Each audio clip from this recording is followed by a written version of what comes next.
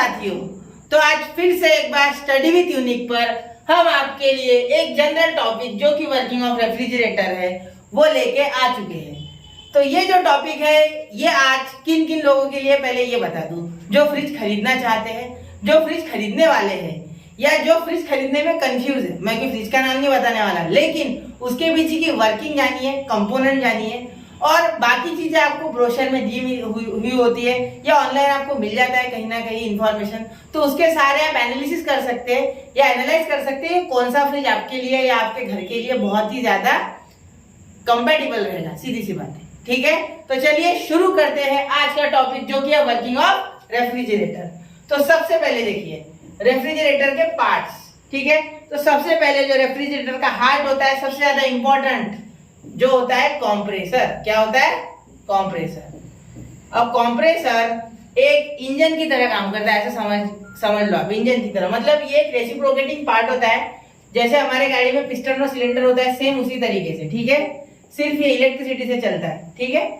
तो ये एक मोटर होता है जो इसे ड्राइव करता है, जो गैस को कंप्रेस करता है, ठीक है। तो वो आगे देखते हैं वर्किंग में, ठीक है। सेकेंड चीज जो होती है वो होते हैं हमारे दो कॉइल्स। एक कॉइल होता है इवेपोरेटर कॉइल, ठीक है, और एक होता है हमारा कंडेंसर कॉइल।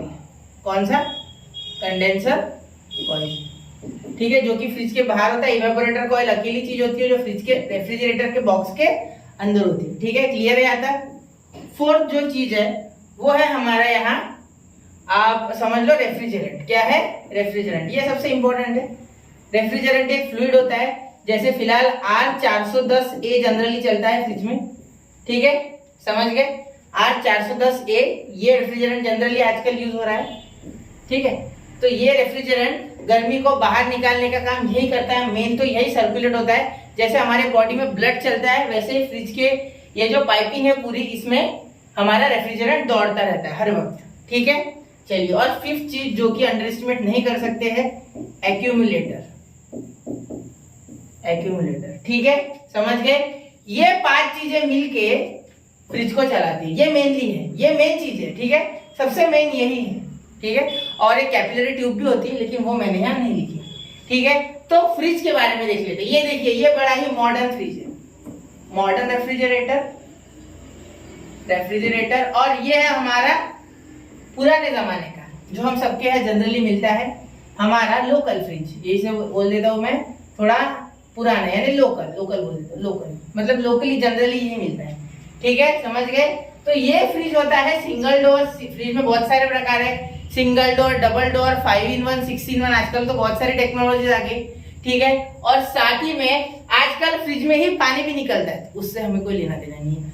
हमें जो चीज चाहिए वो चाहिए फ्रिज का वर्किंग, ठीक है। तो चलिए देखते हैं क्या है इसका वर्किंग। तो सबसे पहले ये जो आपको दिख रहा है ये इसका कंप्रेसर, ठीक है। मैं आपको पहले बता दूं प्रैक्टिकली, फिर इसके डायग्राम्स के थ्रू समझेंगे। तो सबसे पहले ये है कंप्रेसर, ठीक है, समझ गए। ये जो आप देख रहे हो पीछे ये कॉइल है, ठीक है, ये कैपिलरी ट्यूब की, और ये है यहाँ कंडेंसर कॉइल, ठीक है, समझ गए। 3 चीजें दिख गई। अब देखो, अब यहाँ जो आपको ये दिख रहा है ये मॉडर्न फ्रिज का है, तो इसकी जो कंडेंसर कॉइल है वो पीछे लगी भी नहीं आती। जैसे इस फ्रिज के पीछे देखो काले काले ये दिख रहा है आपको, ये होती है हमारे यहाँ फ्रिज। जो भी आपके अगर कॉमन सादा फ्रिज होगा जो जनरल लोगों क्या होता है सिंगल डोर, तो आप पीछे ऐसी काली काली कॉइल्स मिलेगी, ऐसी देखो, इस तरीके की इसके पीछे होगी, ठीक है। तो ये जो इस तरीके की कॉइल्स होती है ये होती है कंडेंसर कॉइल। इसके ऊपर ऐसी और बहुत सारी ऐसी लाइंस होती है जिससे कि आसानी से ये हीट को ट्रांसफर कर सके टू द इन्वायरमेंट, ठीक है। तो वो बाद में देखेंगे वर्किंग। तो सबसे पहले इसमें ऐसा कोई कॉइल नहीं होता पीछे, ठीक है। अब ये कॉइल का क्या यूज होता है, देखो जनरली लोग जब फ्रिज को ट्रांसपोर्ट करते हैं तो गादी डालते पीछे से। गादी क्यों लगाते? इस कंडेंसर कॉइल को बचाने के लिए, वरना गद्दा लगाने की, गादी लगाने की कोई जरूरत नहीं है। आपने देखा होगा ना, गद्दा लगाते जब कहीं हम दूसरी जगह शिफ्ट करते हैं, अगर आप मेरी तरह रेंट से रहते होगे तो जब आप कहीं दूसरी जगह लेके जाते तो आप गद्दा लगाते पीछे, जिससे कि कंडेंसर कॉइल डैमेज ना हो।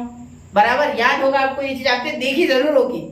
वो जो होता है आपका टेम्पो ड्राइवर, वही बोल देता कि यहाँ पहले फ्रिज के पीछे गद्दी लगाओ वरना गैस उड़ जाएगा, गैस खत्म हो जाएगा। तो गैस यानी रेफ्रिजरेंट, ठीक है, समझ गया ना। कंडेंसर कॉइल का होते हैं, लेकिन नए रेफ्रिजरेटर में ये नीचे होता है। ये देखो कंडेंसर कॉइल यहाँ नहीं है, ये शायद ये, ठीक है। चलो क्लियर है यहाँ पे। और इसमें फैन होता है जो कि इस चीज को स्पीड अप करता है, ठीक है। कंडेंसर कॉइल के वर्किंग को स्पीड अप करने के लिए यहाँ फैन भी प्रेजेंट होते हैं, ठीक है। ये नए टाइप का रेफ्रिजरेटर है जो ये ऐसा मॉडर्न है, ठीक है, समझ गए। हमारे यहाँ जनरली ऐसा होता है, ठीक है, सबके यहाँ जनरली ऐसा होता है। चलिए देखते हैं। तो फ्रिज सालों साल चलाने वाली चीज है, तो इसीलिए एक चीज याद रखना है कि इसमें जल्दी से अगर कूलिंग नहीं मिल रही आपकी फ्रिज की, मतलब जनरली रेफ्रिजरेंट निकल जाता है क्योंकि रेफ्रिजरेंट बंद होता है, लेकिन किसी कारणवश अगर कभी पाइपलाइन लीक हो गई तो रेफ्रिजरेंट लीक हो जाता है, जिस कारण से ही फ्रिज वर्क करना बंद करता है या कंप्रेसर खराब हो सकता है। बाकी कोई रीजन नहीं होता है फ्रिज में, ठीक है। और फ्रिज के अंदर एक ही कंपोनेंट होता है जो कि इवेपोरेटर कॉइल होती है, दूसरा कोई भी कंपोनेंट फ्रिज के अंदर तो नहीं होता है जो मैं आज बताने जा रहा हूँ उन कंपोनेंट्स में से, ठीक है। तो चलिए यहाँ मैंने 2 पिक्चर्स ले ली है, ठीक है। ये पिक्चर मैंने सिर्फ आपको लिए है एक कंप्रेसर बताने के लिए। तो ये देखो, ये है कंप्रेसर पंप, आपको दिख रहा होगा मेरे ख्याल से।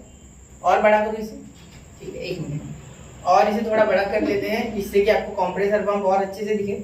मैं कंप्रेसर पंप बताना चाहता हूँ सिर्फ। इधर ध्यान दो मेरे हाथों की तरफ फिलहाल, ठीक है। तो अब देखो कंप्रेसर पंप को देखो, ये ऊपर नीचे स्लाइड करेगा। देखो ये ऐसे ऊपर तो ये गैस दब जाएगी, और ये नीचे स्लाइड करेगा तो गैस खुल जाएगी, दबना खुलना चालू रहेगा।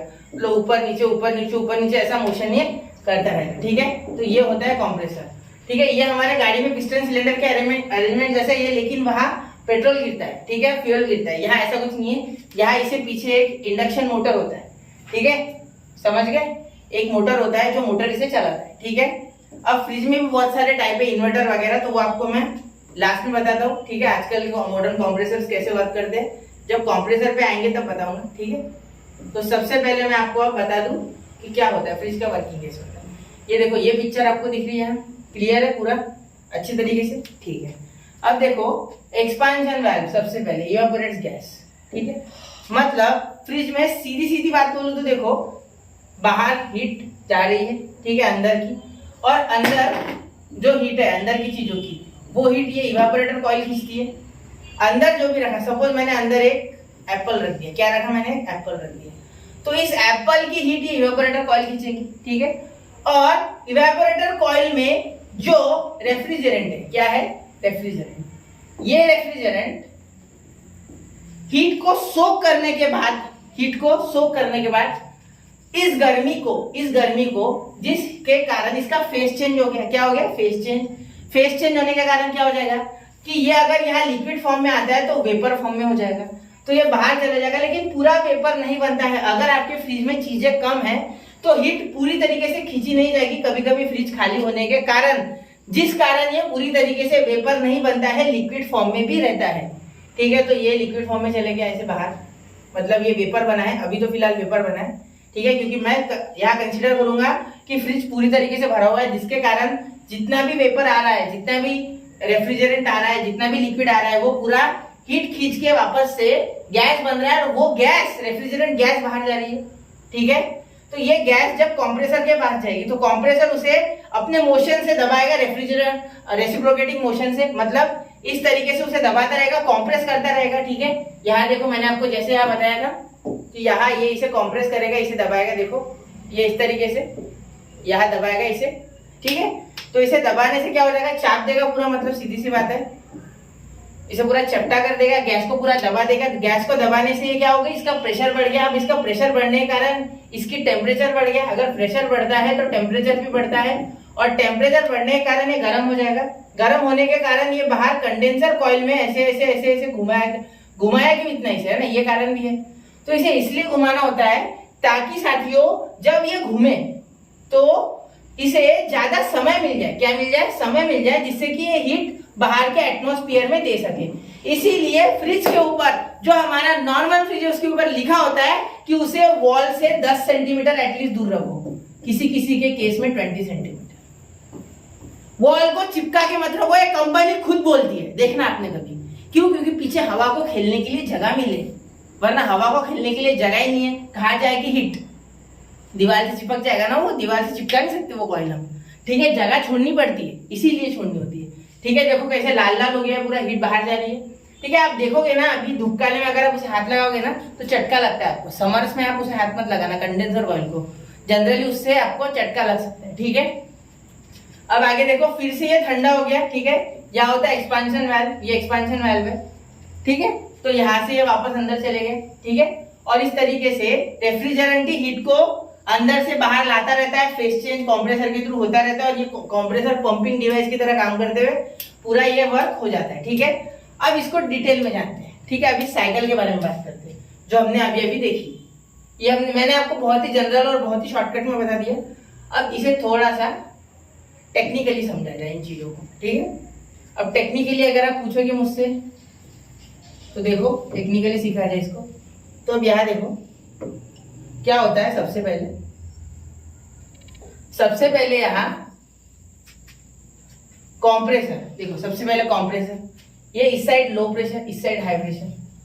अब जो हाई प्रेशर है उससे टेम्परेचर ज्यादा है, याद रखना। जो लो प्रेशर है वहां टेम्परेचर कम है, ठीक है। अब देखो ये सबसे पहले हमारा फ्रिज बंद था अभी तक, यहाँ रेफ्रिजरेंट अंदर गया, तो इवेपोरेटर ने क्या किया, अंदर से हीट अपने अंदर खींच ली, हीट इन बोल सकते, हीट अंदर आ गई, ठीक है। तो इवेपोरेटर कॉइल में जो लिक्विड वेपर मिक्सचर आया, मतलब पूरी तरीके से लिक्विड नहीं होता है, लिक्विड वेपर होता है, मतलब 70% अगर लिक्विड है तो 30% वेपर है। ये मेरे रफ आंकड़े हैं, ये डिपेंड करता है कि आप कितना सामान भरे हुए हैं आपके फ्रिज में। ज्यादा सामान भरा अच्छे से काम करेगा, हीट ज्यादा है ना अंदर जितना ज्यादा सामान उतना हीट उसके लिए खींचने के लिए है। अगर अंदर हीट ही नहीं है खींचने के लिए तो क्या ठंडा करेगा वो, समझे, आया ध्यान में, ठीक है। अब देखो क्या होता है कि यहाँ लिक्विड जो है, लिक्विड वेपर मिक्सचर आ गया, इवेपोरेटर कॉइल में आ गया। अब इवेपोरेटर कॉइल आपका जो फ्रिज का सिंगल डोर फ्रिज होता है उसका जो डब्बा होता है, डब्बा वो ऐसे डब्बा होता है ना जिसमें बर्फ जमी होती है पूरी, जिसके अंदर आप आइस ट्रे रखते हैं। और आपका अगर डबल डोर फ्रिज है तो ऊपर का जो होता है, ऊपर का जो हमारा चेम्बर होता है उसमें होता है, ठीक है। ऊपर का जो डोर होता है उसमें जनरली बात कर रहा है, तो उसमें इवेपोरेटर कॉइल में ये हीट खींच लेंगे, ठीक है। हीट खींच ली। अब ये सबस्ट्रेटेड, सैचुरेटेड या सबकूल्ड वेपर, मतलब या तो ये वेपर बन चुकी है पूरी, या वेपर पूरी तरीके से नहीं बने, अभी भी थोड़ा बहुत लिक्विड बाकी है क्योंकि अंदर खींचने के लिए हीट नहीं थी। और जब तक इस रेफ्रिजरेंट को हीट नहीं मिलेगी ये अपना टेम्परेचर जो है वो बढ़ाएगा कैसे, और लिक्विड कैसे बनेगा, वेपर कैसे बनेगा, क्योंकि लिक्विड तो ऑलरेडी था। तो वेपर बनने के लिए उसको फेस चेंज करने के लिए, स्टेट चेंज करने के लिए जो रिक्वायर्ड हीट थी वो नहीं मिली, ठीक है। जिस कारण से वो कंप्रेसर के पास उस तरीके से तो नहीं जा सकता, क्योंकि अगर कंप्रेसर को थोड़ा भी पानी लग गया तो कंप्रेसर खत्म, कंप्रेसर खराब। इसीलिए बीच में अब रोल आता है हमारे इस हीरो का, जो कि कंप्रेसर को बचाएगा सुपरमैन की तरह। इसे कहते हैं एक्यूमुलेटर। क्या कहते हैं बच्चों, क्या कहते हैं मेरे साथियों, एक्यूमुलेटर। अब ये एक्यूमुलेटर जो है ये क्या करता है कि जो हमारा ये रेफ्रिजरेंट होता है, ये अगर पूरी तरीके से हवा नहीं बना है, मतलब वेपर नहीं बना है, तो इसमें का जो लिक्विड रेफ्रिजरेंट है ये थोड़ा सा अपने अंदर रख लेता है, मतलब यहाँ ये फिल्टर कर लेता है चीजों को, ठीक है। ये बीच में देखो ये फिल्टर है, ये आपको पिछले इमेज में बताओ तो यहाँ है, देखो ये हो गया फिल्टर आपका, ये देखो ये बाजू में दिख रहा है ये, ठीक है, ताकि वेपर कोई वेपर के साथ पार्टिकल ना जाए, सीधी सी बात है, ठीक है। फिल्टर क्यों यूज करते हो ये तो आपको पता ही है, और जैसे आप पानी भरते समय फिल्टर इस्तेमाल करते हैं, ठीक है। तो ये जो है ये एक्यूमुलेटर का काम ये है कि यहाँ पानी को किसी भी हाल में कंप्रेसर तक नहीं पहुंचने देना, मतलब लिक्विड फॉर्म में रेफ्रिजरेंट को किसी भी हाल में वहां नहीं पहुंचने देना, क्योंकि लिक्विड अगर पहुंच गया कंप्रेसर के पास तो कंप्रेसर खत्म है आपका, ठीक है। तो कंप्रेसर को बचाने के लिए एक्यूमुलेटर आ जाता है सुपरमैन की तरह। यहां तक समझ गया एक्यूमुलेटर का काम। तो कंप्रेसर वापस से उस गैस को दबाएगा, ठीक है, उसे दबाएगा, वॉल्यूम उसका बहुत कम कर देगा, प्रेशर बढ़ा देगा, जिस कारण से वो वापस से हाई टेम्परेचर पे गया। और ये सुपर हीटेड वेपर, मतलब ये सुपर हीट किसने किया, कंप्रेसर ने किया, ठीक है, गर्म कर दिया उसको, फिर वापस से कंडेंसर कॉइल में चले गया और कंडेंसर कॉइल से वापस से हीट चली गई। लेकिन इसके बीच में देखो यहाँ एक और चीज होती है जो कि होती है कैपिलरी ट्यूब। अब ये कैपिलरी ट्यूब अगर इसके अंदर यहाँ टेम्परेचर सपोज 45 डिग्री है तो यहाँ -16 डिग्री हो जाएगा। अब ये कैसे, तो ये होता है बर्नौलीज थ्योरम के अकॉर्डिंग। अब ये बर्नौलीज थ्योरम क्या है, तो एक चीज याद रख लो कि वेलोसिटी, ठीक है, वेलोसिटी, ठीक है, उसकी वेलोसिटी और डायमीटर और लेंथ, वेलोसिटी से अच्छा पकड़ लो कि डायमीटर और लेंथ, ये अगर हम किसी दो कनेक्टेड, जो हमारे यहाँ और यहाँ कनेक्शन चाहिए ना, तो इसके बीच में अगर ये कॉइल लगा दी हमने, तो इस कॉइल के कारण जो इसके अंदर हमारी रेफ्रिजरेंट फ्लो करेगी, ठीक है, वो डायमीटर कम होने के कारण उतना ही ज्यादा प्रेशर ड्रॉप हो जाएगा, और जितना डायमीटर कम होगा उतना प्रेशर ड्रॉप बढ़ जाएगा, जितना प्रेशर ड्रॉप ज्यादा होगा उतनी ज्यादा टेम्परेचर में कमी आएगी और टेम्परेचर यहाँ कूल होके चला जाएगा। ठीक है, समझ गए? तो ये सैचुरेटेड सबकॉइल लिक्विड वापस से यहाँ चलेगा क्योंकि कंडेंसर में से कम होके आ गया है। ऑलरेडी कंडेंसर में 90 डिग्री सेल्सियस का गया था सपोज, तो यहाँ 45 हो गया जो हवा ने खींच लिया उसके कारण, फिर 45 का ये कैपिलर ट्यूब के कारण और कम हो गया, और ये पूरी तरीके से लिक्विड बन के एक्सपांशन डिवाइस पूरी तरीके से यानी 70 to 80% लिक्विड बन के बाकी पूरा वेपर, ठीक है, वो चले गया अब एक्सपांशन डिवाइस में। अब एक्सपांशन डिवाइस यानी एक्सपांशन वाल्व, और ये वापस से चल गया इवेपोरेटर में, और इवेपोरेटर ने वापस से इसे क्या कर दिया, इसे इवेपोरेटर ने वापस से उस फ्रिज में से पूरे घुमा दिया। अब आप बोलोगे सर ऊपर लगा होता है इवेपोरेटर कॉइल तो नीचे कैसे ठंडी पहुंचती है? तो नीचे फैन होते हैं बच्चा, क्या होता है नीचे फैन, पूरा कूलिंग सिस्टम लगा होता है। जैसे हमारे कार में होता है ना, एक ही आगे फैन होता है, एक ही होता है हमारा एक ही ब्लोअर होता है कार में, लेकिन पूरे कार में एसी की हवा घूमती, तो वैसे ही यहाँ सर्कुलेटरी सिस्टम लगा होता है। अगर आपका फ्रिज ये है तो यहाँ अगर आपका इवेपोरेटर डिवाइस है तो यहाँ कूलिंग फैन हो गए, यहाँ कूलिंग फैन होंगे उसमें, और एक ऊपर से भी हो सकता है, ठीक है। लेकिन इस सब में एक दिक्कत है। क्या दिक्कत है? अगर आपके फ्रिज में सामान कम है, तो उस केस में क्या होता है, देखो उस केस में क्या होता है कि ज्यादातर केसेस में फ्रिज में सामान अगर आप कम रखते हो, किसी किसी का होता है, क्योंकि ज्यादातर लोग फ्रिज का बहुत कम इस्तेमाल करते हैं। मैं खुद फ्रिज का पानी नहीं पीता, ठीक है, क्योंकि उससे गला खराब होता है, सही बात है। चलो तो देखो आप यहाँ अगर आप फ्रिज में सामान कम रख रहे हैं तो जिसके कारण क्या हो सकता है कि फ्रॉस्ट जमता है। फ्रॉस्ट आपने देखा होगा, फ्रॉस्ट पानी की जो बूंदे है वो जम जाती है ओस की, समझ गए ना। जैसे ही यहाँ से जो लिक्विड है वो इसके ऊपर जम जाता है, इतने कंडेंसेशन के कारण इस पे लिक्विड जम जाता है, ये फ्रॉस्ट इस तरीके से। तो वो जमा हुआ फ्रॉस्ट हटाने के लिए यहाँ एक हीटिंग एलिमेंट लगा देते। क्या लगा देते? हीटिंग एलिमेंट, यानी हीटर बोल सकते हैं आप। तो जैसे ही आप बटन दबाते हो आपके फ्रिज का वो डिफ्रॉस्ट वाला, आजकल फ्रॉस्ट फ्री फ्रिज आते हैं, ऐसा कुछ नहीं है फ्रॉस्ट फ्री फ्रिज नहीं है, वो खुद से सेंस कर लेते और ऑटोमेटिकली फ्रॉस्ट फ्री कैसे काम करता है वो बताता हूँ, पहले ये सुन लो। तो इस कारण से वो जब बटन दबाएंगे हम तो हीटिंग एलिमेंट एक्टिवेट हो जाएगा, ठीक है, या आपका इवेपोरेटर काम करना बंद कर देगा, सीधी सी बात है। तो टेम्परेचर बढ़ने के कारण ऑटोमेटिकली यहाँ पे जो बर्फ जमी है वो वापस से पानी हो जाएगी, और यहाँ पीछे ऐसे एक हमारा कंटेनर लगा होता है और उस कंटेनर को हम खींच के बाहर पानी फेंक देते हैं हमेशा। याद होगा आपको, आपने भी कभी ना कभी फेंका होगा, मैं भी रेगुलरली फेंकता हूँ, लेकिन समर्स में फेंकने की जरूरत नहीं, ऑलरेडी उड़ जाता हूँ, वैसे उड़ जाता है। हाँ, बहुत नहीं होता है जमा, थोड़ा बहुत ही होता है, ठीक है, समझ गए। अब देखो आजकल कंप्रेसर दो प्रकार के आ रहे हैं। देखो एक जो हमारा नॉर्मल फ्रिज है, आजकल तो नॉर्मल वैसे बहुत कम लोग लेते। पहला नॉर्मल जो होता है वो होता है सिंगल स्पीड, मतलब सिंगल स्पीड यानी एक ही स्पीड पे चलता है वो, ठीक है। तो वो कैसे काम करता है मैं देखता है। देखो इसका अगर मैं ग्राफ बना के दूं आपको तो ये इस तरीके से चलेगा। देखो पहले ठंडा करेगा फ्रिज को, फिर जैसे ही फ्रिज का टेम्परेचर कम हो गया बंद हो गया ऐसे, ठीक है, फिर बंद हो जाएगा, फिर कुछ देर बाद वापस चालू होगा। तो इस तरीके का कर्व आएगा इसका। क्यों? पहले देखो, पहले हमने आपको पता होगा फ्रिज की आवाज आती है, फ्रिज जब चालू होता है कंप्रेसर की ऐसी आती है, याद होगी आपको, सुनी होगी आपने आवाज सुनी है, ठीक है। तो देखो कभी विंटर्स में आप ये आवाज कम सुनते हो और समर्स में हर वक्त सुनाई देती है आपको ये आवाज, तो कंप्रेसर की आवाज होती है। क्या होता है कि जब आपका फ्रिज कूल हो जाता है तो फ्रिज को पता चल जाता है कि वो कूल है, तो वो क्या कर देगा, कंप्रेसर का पावर कट ऑफ कर देगा, ठीक है, क्योंकि उसमें भी दिमाग है। तो वो इस कारण से क्या हो जाएगा, आपका जो कंप्रेसर है वो काम करना बंद कर देगा, ठीक है, क्योंकि ठंडी फिलहाल है फ्रिज में ऑलरेडी, जरूरत नहीं उसको और ठंड की, टेम्परेचर ऑलरेडी ड्रॉप हो चुका है, आपने जो लेवल सेट किया उसके हिसाब से, क्योंकि लेवल होता है ना, आपने 1 2 3 4 ऐसा कुछ लेवल होता है फ्रिज में, ऊपर होता है एक नॉब, हर फ्रिज में होता है, ठीक है। तो उस हिसाब से वो ऑलरेडी वहां का टेम्परेचर उतना है, तो वो बंद कर देगा, कंप्रेसर बंद कर देगा, जिससे कि पावर की बचत होगी। लेकिन कुछ देर बाद वो पावर चालू कर देगा कंप्रेसर को, जिस कारण से पहले ड्रॉप हुआ, ठीक है, तो वापस से उसको वहां से उठना होगा, जितना वो टेम्परेचर बढ़ चुका वो बंद करना है। तो आजकल के जो नए फ्रिज है वो क्या करते हैं, इस गैप को आने नहीं देते, वो क्या कर लेते हैं, वेरिएबल स्पीड होता है कंप्रेसर। कैसा होता है हमारा, वेरिएबल स्पीड। कैसा होता है, वेरिएबल स्पीड। और वेरिएबल स्पीड यानी क्या?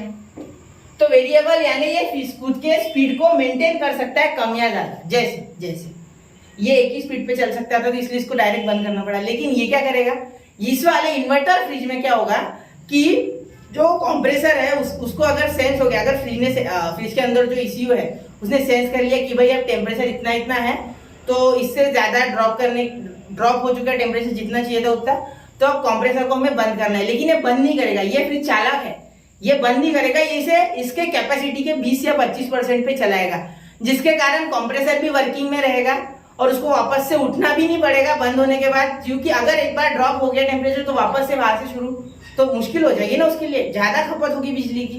तो यहाँ जो कर्व आएगा वो आपका ऐसे स्मूथ आएगा, थोड़ा स्मूथ आएगा, इतना भी ड्रॉप नहीं आएगा। देखो गैप कितनी बड़ी है, इसमें गैप कम आएगी आपकी। समझ गए? क्लियर हो?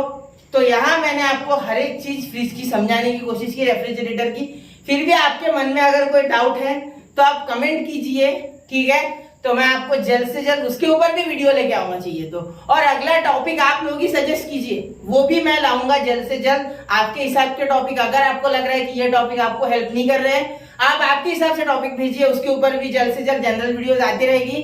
स्टडी विद यूनिक के साथ बने रहे, पढ़ते रहे, आगे बढ़ते रहे, क्योंकि पढ़ना हर एक का अधिकार है, चाहे आप कितने भी उम्र के हो जाए। वर्किंग पता होनी चाहिए चीजों की, क्योंकि आजू बाजू की चीजें है, ठीक है? एक और चीज बोनस बता रहा हूँ, देखो इन्वर्टर कंप्रेसर में BLDC टेक्नोलॉजी इस्तेमाल होती है। कौन सी? BLDC। ये डीसी करंट को इस्तेमाल करते हैं इन्वर्टर, ये डीसी करंट को कैसे करते हैं, तो उसके लिए एक डिवाइस लगा होता है जो एसी करंट को आपके यहाँ के डीसी करंट में कन्वर्ट करता है, ठीक है? समझ गए? क्लियर है? तो BLDC मोटर, ठीक है? और कहाँ ये इस्तेमाल होती है BLDC मोटर, ये भी बताओ। तो चलिए मिलते हैं अगले लेक्चर में, तब तक के लिए जय हिंद, जय भारत।